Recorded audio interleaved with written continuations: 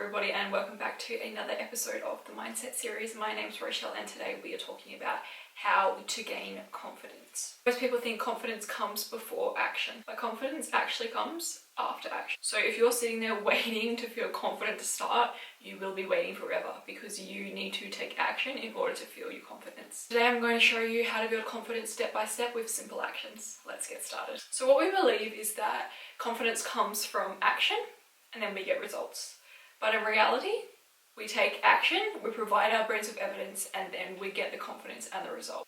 So a few examples of this for you are posting your first video, starting a new job. Think about all these things, all these times that you've done this. At the start, you weren't confident. You had no idea what you're doing. But as time went on and you repetitively did these things, you build confidence, right? And it may not have been a conscious thing that you were thinking to try and build confidence in these areas, but your exposure to them provided your brain with evidence that these things weren't causing drastic outcomes and that in fact it was safe to do these things. So then you became confident doing them, knowing that this is a safe exercise or a safe activity for you to do. If we talk a little bit about why action actually creates confidence, it really comes down to like 3 key points.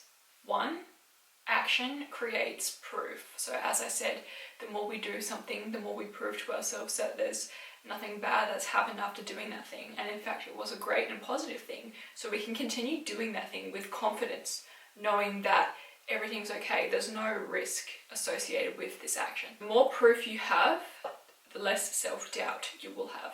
It comes back to the same example. The more times you go to the gym, the less you will doubt yourself when you're going to the gym, because maybe you're the type of person who needs to know where the door is, where to park, where to put your bag, where are the treadmills, where's the weight sections. And once you know those things, you can walk in there with your head held high, knowing that you know everything you need to know to have a good workout.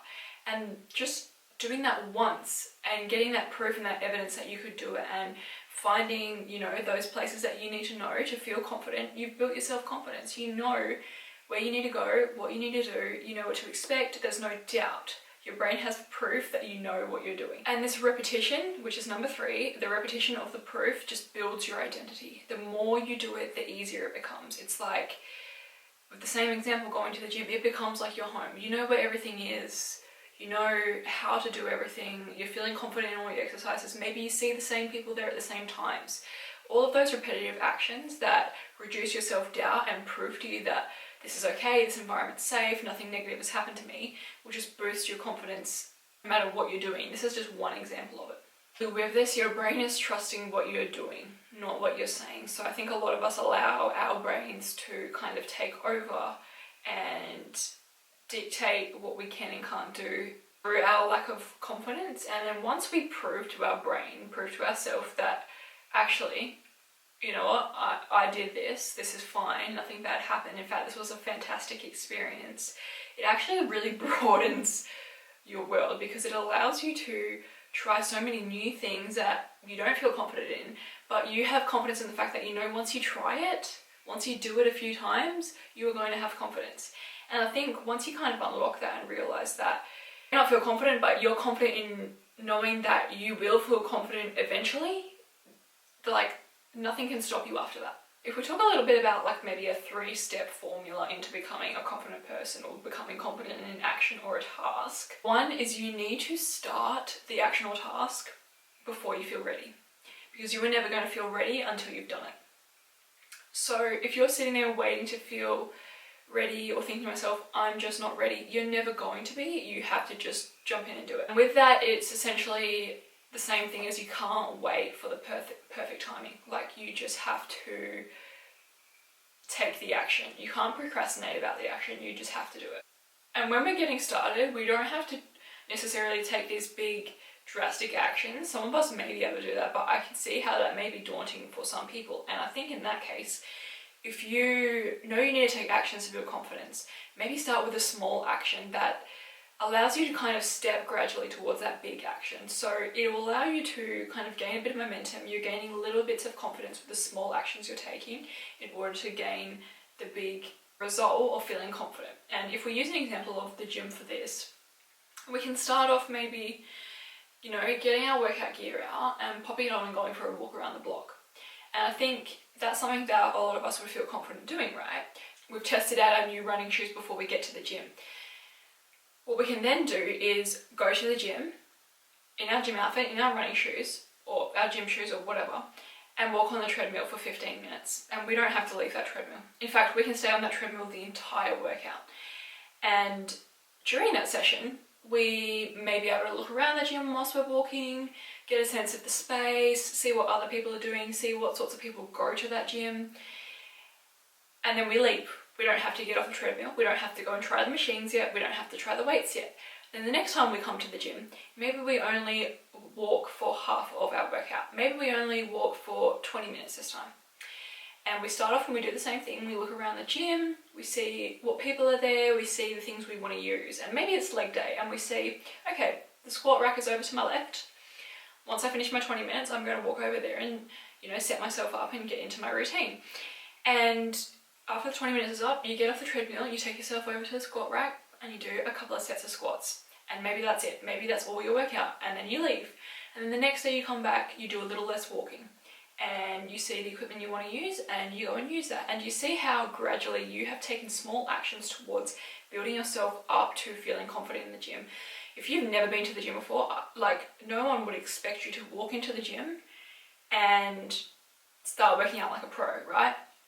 So if it is going to take for you to go to the gym and walk for an hour so you can see your surroundings and get a sense of the environment 5 times a week for 3 weeks until you feel, okay, let's go to the next thing, then you can do that.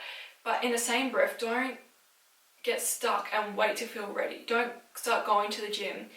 Like, you've taken that first amazing action of going to the gym and you're walking on the treadmill. Don't get stuck there thinking, I'll wait till I feel ready, because you got to remember that you won't feel ready. But I do understand that easing yourself into something like this can be done through those small actions. So kind of take that with a grain of salt. Like, you can ease yourself into these things, and maybe getting a little bit of a sense of the environment is all it's going to take for you to take the next step, then definitely do that. Just don't go there and get stuck, is all I'm saying. And with that, which is kind of like the number 3 in the step of building the confidence, is stacking your wins. So that was a perfect example of stacking your wins. You're going to the gym every day, and each day you're kind of trying something new, not doing it all at once. And that's like stacking your wins. So doing small actions every day is going to be way more effective in building your confidence than doing one massive action. Although it will build your confidence, doing the small actions, I really truly believe, is going to be more effective in this case. So I think there's a really good example of me, and it's the same for me. I think the first thing that comes to mind is going to the gym. That was probably nearly 10 years ago now, the first time I ever walked into the gym.